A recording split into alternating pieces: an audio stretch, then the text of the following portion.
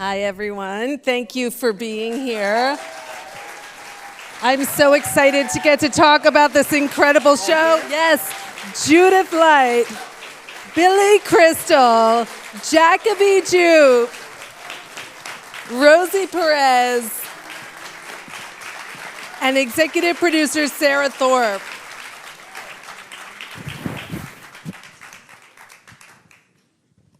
Hi. Billy, I want to start with you because I know the idea for this show was something that came to you and you couldn't let it go. It was something that really took hold with you. Yeah, we couldn't get to where we wanted to get with it originally. It started with something totally different than what you ended up experiencing just now. Eric Roth, who's a great screenwriter, won an Oscar for Forrest Gump and Killers of the Flower Moon and Dune and on and on and on. He and I and Sam Spark and Howie Miller were working on a project that was actually called Deathbed, which was a hilarious title. And actually, it's interesting because it was based on, the idea came from my grandmother, who, before she passed on, made tapes of her life. She dictated her life. And when I finally heard them, it was an amazing, like a romance novel. How her grandfather was the tailor for Tsar Nicholas in Russia, and he told him he would get them out, but in a couple of months they might be dead because they were Jews. So they came out, and that's how they came to America. As a little girl. So I went, well, this is an amazing chapter one. So then we thought, well, the guy's 100 years old. And he's telling this story of his life, and every decade would be like a year of the show, and someone would play him in all these great adventures. But we just couldn't solve it. And then I was talking with Howie Miller, and he wanted a book that was interesting for his son, and I said, well, you know, he's in 7th grade. I read this book called The Search for Bridie Murphy, which was a story about this 28-year-old woman who was into hypnosis, and she talks about this life she had 200 years before in Ireland, and her name then was Bridie Murphy. And when the researchers did the research, they found that was accurate, so it was spooky. So he said, well, that's interesting, because when I was at the University of Virginia, I had studied kids who had past life experiences, and he gave me this book called Life Before Life. So I read it, and it was really good. So fascinating stuff. So in a writing meeting, Eric and I were with the writers, and there were 2 guys from Fargo, and we just couldn't break the story. And I suddenly said, well, what if he's not 100? Forget that. What if he's 8? But he has these same kind of memories. And we went, that's interesting. And then we said, well, then he should be a child psychiatrist working with this kid. So then Eric said, there's one person who should write this. I know who she is, and her name is Sarah Thorp. And so Sarah came into my office, and we sat down and spoke about the big bones of it. She said, well, give me a little bit of time. I think it was like 10 days or something. And then she came back and laid out this amazing scenario of Dr. Eli Adler's life with this feral kid who shows up, and then all these strange tributaries of his life, this and that, and it was spooky, and it was surreal, and in the middle of her spiel, I said, I want to play him. And that's how it ended up being what it is, and it's Sarah's, I'm going to embarrass you, Sarah's genius that created this incredible world. Now, you only saw one. I swear I wish you all had pajamas we could binge to 10. Could be Uber Eats, we could do Uber Eats and make it a whole thing. Because it's her, her vision, and then all of us, trying to help support this incredible outpouring of ideas that she brought in her partner Joe Sousa, and arranged a great staff, and here we are. Well, Sarah, I'd love to go to you and tell me about the overall vision, because like Billy said, the tone, there are so many things. There's horror, and there's drama, and it's a meditation on grief, and I mean, there's so many things going on. Was there something in particular that you attached to, and it sort of cracked it open for you of how to do this story? Yeah, I mean, I think for me, what was so inspiring, like right away from the initial idea that Eric and Billy came to me with, was this idea of this man who is paralyzed by grief. So it's really a story about this child psychiatrist who is stuck and trapped in time, and he has this unresolved trauma. And in trying to help this kid who's also traumatized, has to kind of confront his own demons. And I thought that was really interesting stuff to look into, in the series. Let's talk about that kid. An extraordinary performance, Jacobi. And first I want to ask Sarah before I come to you, because I know that you saw over 700 kids for this role, which is a testament to how incredible you are, how incredible of an actor. But tell me, because I mean, so much hinges on finding that right person, and that right person who's going to have the right chemistry with Billy. Yeah. So what was that process like? Yeah, no, like you said, I mean, we saw hundreds and hundreds of kids, really, really talented young actors. But when we saw Jacobi, Billy did a Zoom callback with Jacobi, and it was instantaneous, the connection that they had. And he was in London, and I was in Los Angeles, and it was just on Zoom, and we did the Mad Game, and one other scene, and well, tell them what the experience was like. So I had just heard back from Apple that they wanted me to do a callback on Zoom, which is obviously annoying because I wish I could do it in person, but I was in London, so yeah. But as it turns out, I felt that connection as soon as I came on that Zoom and we did that scene. I did feel that connection, and then a few days later I heard I got the job, and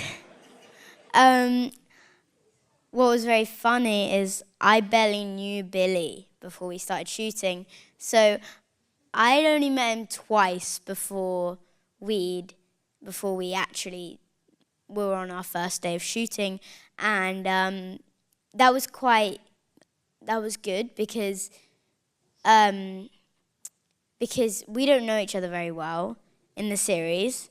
I just appear at his doorstep, as you just saw, which is kind of crazy, and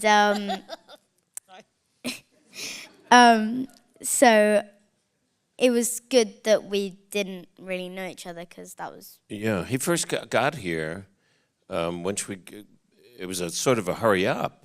Yeah. We got an express visa and got him here, and 8 days before we started shooting was the first time we actually met.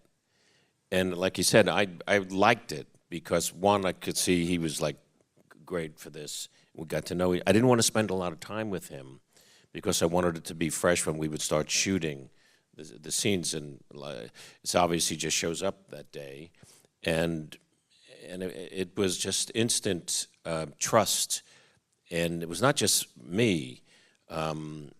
Everybody on the set felt it when we would be together, and when he would do scenes with Rosie, that this was no ordinary young actor.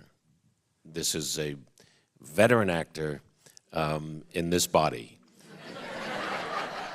I'm telling you, I've worked with, you know who I've worked with? I've worked with some great, instinctive, wonderful actors. He's right up there with his, he doesn't speak much.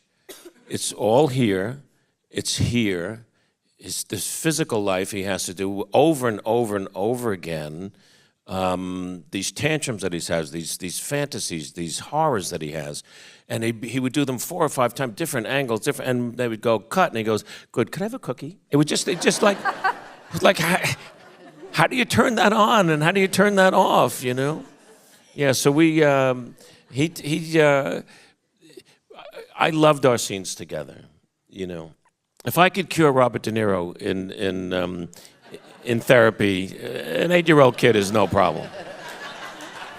Analyze that, buddy. Rosie, the scenes with Denise, also the warmth. There's so much goodness and tenderness in their connection. You didn't even read for the role that you got, right?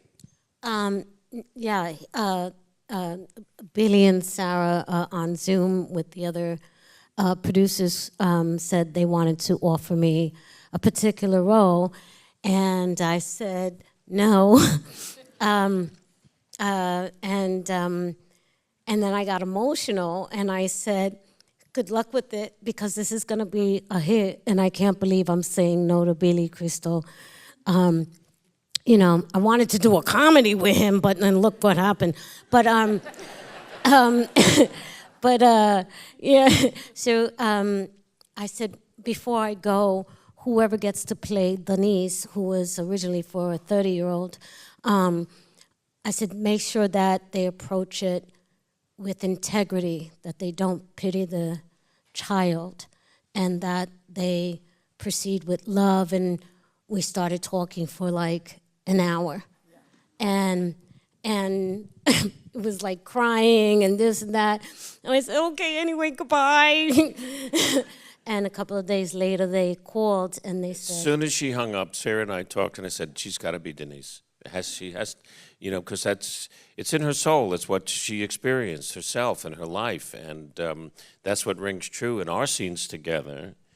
When I go to interview her, I think that's episode 2. Yeah, which you didn't see. You know, her tenderness and her past is palpable. It's right on the surface. That's why she's such a great actress and a great one to act with. Our scenes together, as the series progresses, are really important scenes in the show. Yeah, absolutely. Judith, how is that when you get a role and it's your character has died before the action of... Oh, you gave it away. You told them You gave it away. Spoiler alert for the first 10 seconds. What are the things that you're filling in your mind about who she was? Everything, and it's all there. I mean, Sarah, as Billy said, is a genius. And I don't think about her being dead. I think about her and feel about her that they are soulmates and soul connected. And because they are, that love keeps going on living.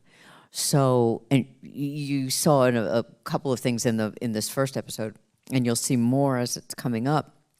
But the placement of when Lynn pops up and reveals herself to him are very specific times of what he needs. So I'm always connected to him. So I'm not playing some dead person.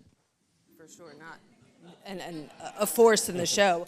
I also, the connection between them is so strong, to the point where I thought, how have the two of you not worked together? So we kept saying that. Yeah. Well, how did this not, you know, why didn't we do love letters?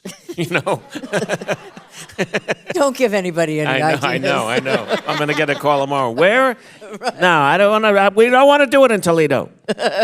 Dinner theater? Come on. We've known each other so long. Yeah. And then when we were talking about when we knew we were going to make it, I kept saying, Judith.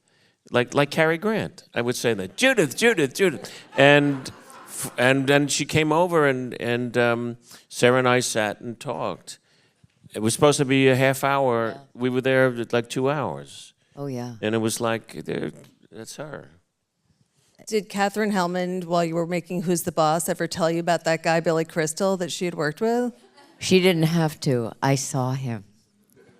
Katherine Hellman was one of the stars of Soap and a wonderful actress and a great friend in person. Such a dear woman. Yeah, we were both lucky. Yeah, we were indeed. But yeah, I went over. Billy said, "Come over," and I went over to his house in L.A. and Sarah was there, and we just spent all this time talking about these ideas that mattered and meant a great deal and held a great deal of value for each of us. And it was so surprising because you don't always have those kinds of dialogues with people about ideas that are in this show. You know, I hadn't heard you in the press stuff that we've been doing recently talk about the search for Bridie Murphy, or you know, you mentioned Life After Life. Life After Life? Yeah, Life Before Life. Life Before Life. But those are ideas and concepts that reverberate all through this show, and it really mattered to us, and we saw that it mattered to each of us in individual ways and experiences that each of us had had.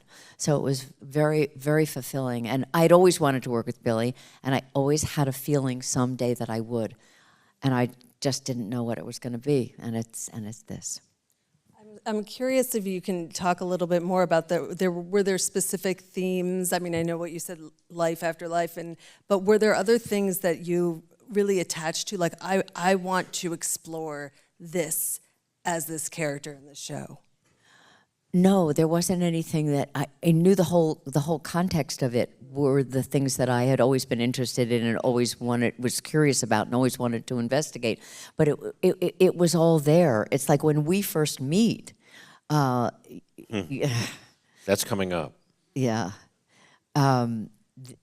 Something happens, and I'm sure there are a lot of people out here who have met a person and said, "Oh, I know you. How do I know you?" Or, "Oh, there you are. Where have you been? I'm connected to you in such a palpable way." And there is this moment that happens between the two of us, and you see it. And Apple It's was spooky very because it's in the 6th episode. Our history is revealed that we meet when I'm a 33-year-old intern, which I'm not, and there's a process called deep voodoo, and it's not from like some safari movie of the 40s, you know. It's a process where they de-age you, and they take samples of your face from past movies in that time period. For me, it was a movie called Running Scared from 1986, and I look really good in that movie. And so then the computer system creates a digital video mask, right? And so they just put this big black wig on top of my hair, and then you shoot the scene the way you look. But then when you go to the monitor to look at it, it's 1986, and it is bizarre. It is exactly how I look then, and it's instantaneous. And my wife Janice was on the set that day, and she said, "You got to look at this, look at it." We watch it together, and she said, "By the way, I'm in room 455." and it's great, and we both look like we did, you know, back then, 38 years ago. And you get to do the scene with the level of emotion that is in the scene. Nothing in the acting changes. It's just that. You just try to make your voice a little higher and speak a little quicker, and that's, that was it. Yeah. That was it. As a viewer, when I was watching that, I was like, you look like one Sally Albright in that, like her hair, and there's a little When Harry Met Sally, you do a little bit of a double take. I mean, Sarah, did you do that? And that were you like, "Oh, I know what those two people look like"? I just have to say, when they came in, the deep voodoo on day one, I mean, like they said, it's happening live. So Billy's on the set performing the scene, and he's in 2 different monitors, and he's like that many years apart, and it was super emotional. It was a very intense thing to see. It was amazing. When we did the test before we shot, it was crazy. First of all, we're in the kitchen of the Brownstone set. That's a set that was built on our soundstage by our amazing designer, Matt Munn. It's 3 stories of a brownstone on a soundstage, and it looks like it's amazing. So the voodoo thing was set up. We'll get to you in a second. And I'm running around. They wanted me to just move, and I'm running around the cabinets and the center island and the stuff, and I'm talking. And when I saw it, you were there, and I said, "You got to see this. Look at this little guy. Look at this young guy. It's so crazy. It's one of the few good uses of this kind of technology." I understand there wasn't a table read early on at your home. Did it all click immediately once this whole incredible cast was there? Like, did the story okay, We read the first two, right? It was Zoom, right? No, we had a. You're talking about this is pre-casting when we did a. Yeah, I was on Broadway with Mr. Saturday Night, and when we closed, thank you, thank all four of you, and when we got home, I said let's. I wanted to jump right into it, and we had a cast that was really very good actors came over, and we didn't allow the studio to come. It was just for us. We just wanted to hear it, and it played great. Yeah. And I can't think of his name, but you won't believe who played you. You know the show Barry? Okay. Henry Winkler? Huh? Is that Henry Winkler? No, it wasn't Henry Winkler. Henry. It was the villain, the wonderful hairless Anthony Carrigan. Anthony Carrigan played Noah, because his girlfriend was played Barbara. And in the pilot, by the way, Noah has no lines. So Right. he plays the part, but it was. He was making faces, and it's an Emmy Award-winning villain. You know, it was great. But we had some wonderful, and we went, okay, it works. Did you always have, Sarah, the end point? Did you know what that arc was going to be, what the whole journey was going to be? I did. I mean, for me, I always knew. I mean, we talked about this very early on. We knew we were going to be where we were going to be in episode 10. We didn't know how we were going to get there. So when we got into the writer's room, it was like, okay, now we got to figure that part out. But we always knew the emotional story. So then it was just putting together the pieces to follow that story. And a great group of writers. Yeah. Everyone, and I know Sarah polished everyone's work down the line, I'm sure. But everyone wrote really good scripts. Yeah. Now, I was doing the show. I was here, and they were writing in California.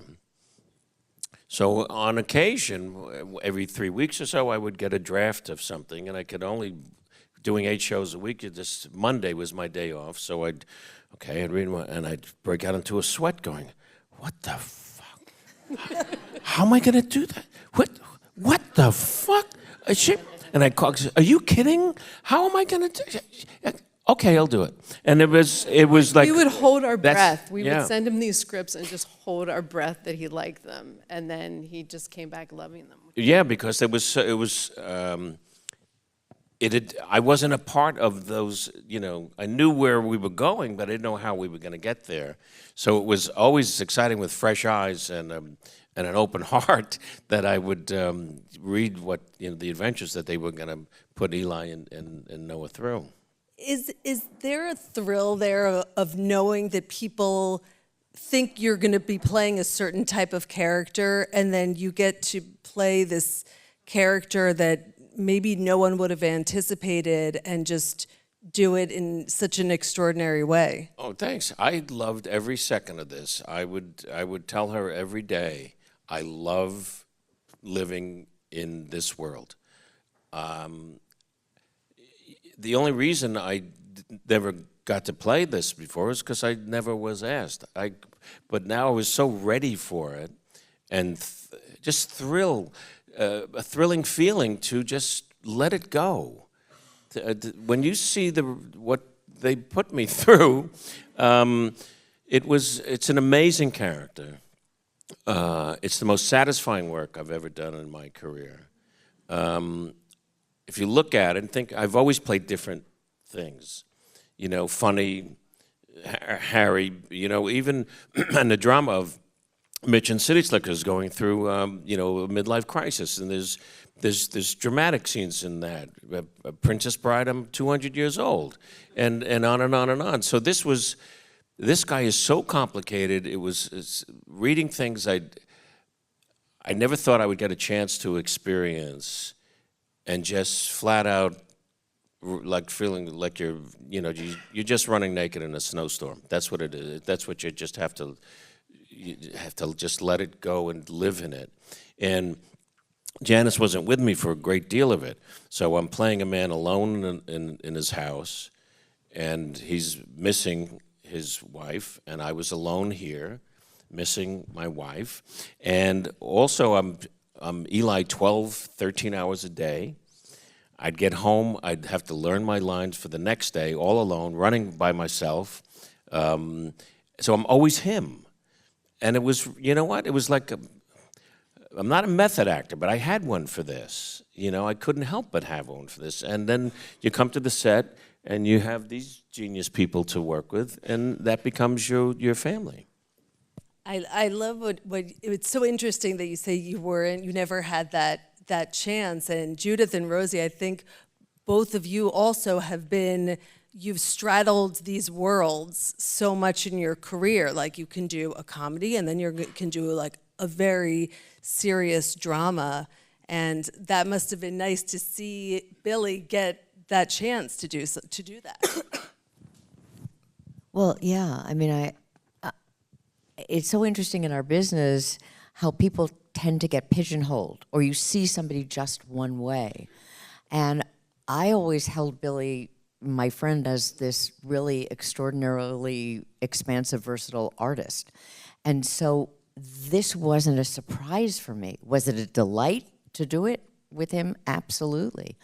But I never thought, oh, wow, that's the funny guy, and look at him being dramatic. I mean, I never held it like that. And yeah, Rosie and I have gotten to do a bunch of things like that. But I wanted to say one other thing. He did all his own stunts.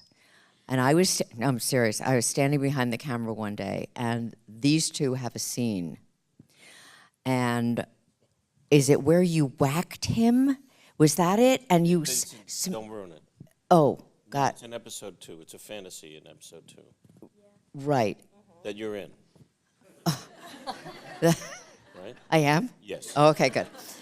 And I'm standing behind the camera, and I'm watching him fall backward over... Sarah, did you get worried? I mean, we had a lot of conversations about this. What? I was like, you don't have to do everything. Oh. And Billy's like, I have to do everything.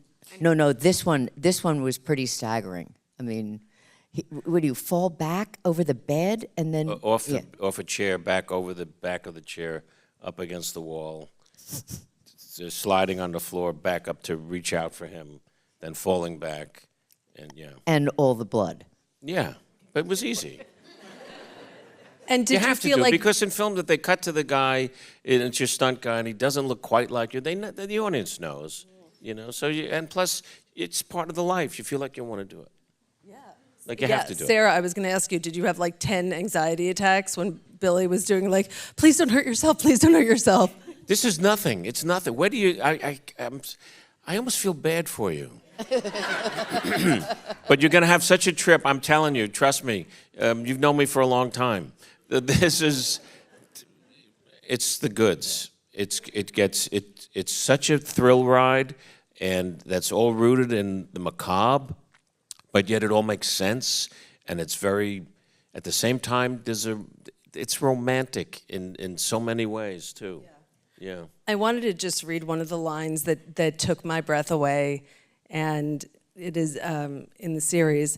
Trauma is a vortex. It sucks us in and holds us trapped. It's almost as if we belong to it.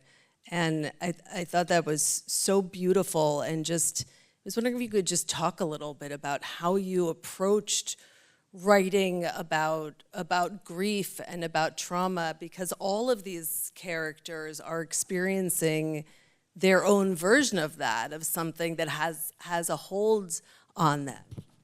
Yeah, I mean, we talked a lot in the room and with the actors about how we all experience trauma, we all experience grief, we all experience loss, and there's no sort of one way to get through that. But we talked about how unresolved trauma continues to be present in your life and manifests in all these different ways until you find a way to to face that and to deal with it in some way. And that's a big part of what the show is about Eli's character trying to figure out how to do that.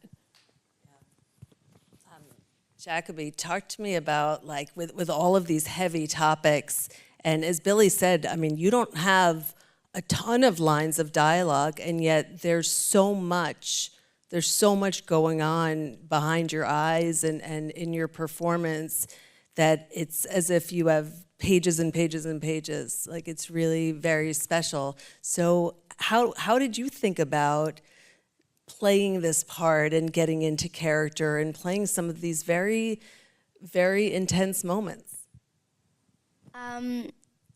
I just love being the character. I don't really want to act the character. I want to be the character. I want to be Noah. I want to feel him. I want to understand his emotions and to get in his shoes, to see what he sees is really something. Like, I was genuinely, I wanted to do that. I was gonna go and be Noah, and his character is so incredibly written, and I just loved playing him, and it has been such an experience. And I may not have had lots of lines, but I do have lots of screaming, definitely. Get ready for more screaming, guys. More screaming, lots more, definitely. Can I see your birth certificate?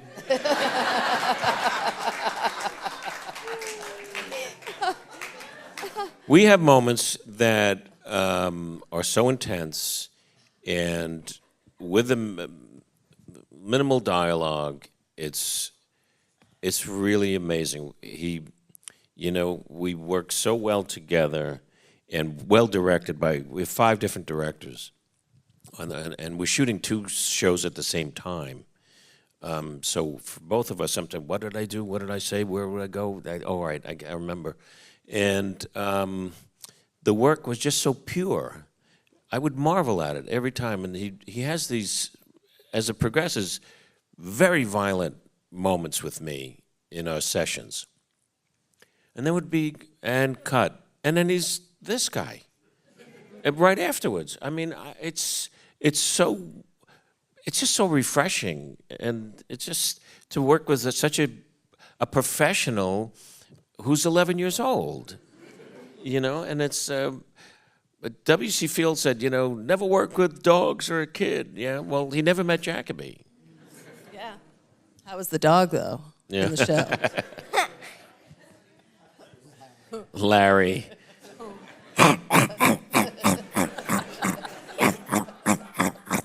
I actually looped lines for him. Wild lines. I did. I think you were there. He did. Yeah, we were looping. It was my day. It was one of my looping days, and we're at the studio in Santa Monica. And I said, "Oh man, I wish we had some Larry. Larry needs a." I said, "Give me."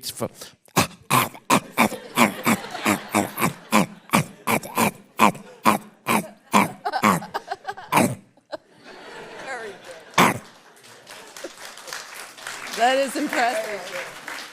Jacobi, did you tell Billy that you were a Miracle Max fan? Yes, I think I did. But it wasn't instantly. I was kind of holding off a bit. But yeah, I am a Miracle Max fan, and yeah, my family loves Princess Bride, by the way. And honestly, I think you just change it. I just have to say that as well. You change it. And it's funny what Billy said about just snapping right back out of character. Rosie, when you have these like very intense, dramatic moments, when the director called cut, are you and Billy like talking about the Knicks? We were complaining about Trump most of the time.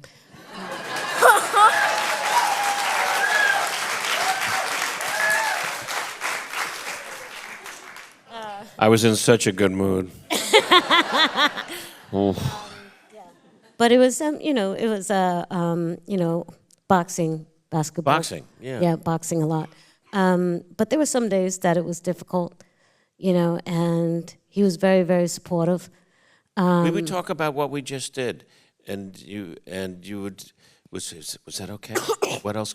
And we would talk about the work, and it was great. And then we would talk about just whatever, life, boxing, the Knicks, and then you get back to do it, Yeah, and the Sarah and Joe and Jet were so kind to me because it hit a little too close to home sometimes, some of the words and stuff, some of the scenes, and and I didn't want to display that in front of Jacobi, and I would go over to you guys and just kind of let it all out. And one day he caught me. Yeah, I tried to find her. She would kind of disappear, and I was like, something's up. I need to go and find her. So I kind of searched for you a bit, and then I found you. Yeah, and I was like, oh my God, suck it up, Perez. And I was trying to collect myself and just like, I'm fine. And he just looked at me and he goes, you look really sad, but it's gonna be okay. Can I give you a hug? This kid, and so it was wonderful, and it was a wonderful experience. The whole thing, it terrified me and excited me, and I gained 20 pounds. I ate my family. I was craft service best friend. My boxing trainer's here. I was like, I'm getting so fat, But it was great. It was a great experience. I feel very fortunate to be a part of this. There's some audience questions, and I feel like you just answered the first one, which was for Jacobi about feeling comfortable with this experienced cast. But it sounds like you fit right in and knew what to say, and yeah. The thing about him, if I just may, the crew respected him, and that's something you earn by not only your work, but how you deal with everybody around you. And they knew that the work was great, but also his demeanor with people was exemplary. And that comes, he has great parents, and he had a great acting coach, but it comes from him, and that's important. Sarah, were there specific movies or pieces of music or things that you thought about as you were envisioning like the overall look and feel of the show? I mean, we talked about some classic, 90s-ish psychological thrillers. That was definitely in the conversation when we were sort of figuring out tone. Music was hard. We got an amazing composer who just had to invent the sound and the tone out of thin air, because there wasn't really anything that we could point to and be like, we want it to sound like that. Yeah, it was more of a soundscape in many ways. And then we kept fighting for, we need a little theme for Lynn.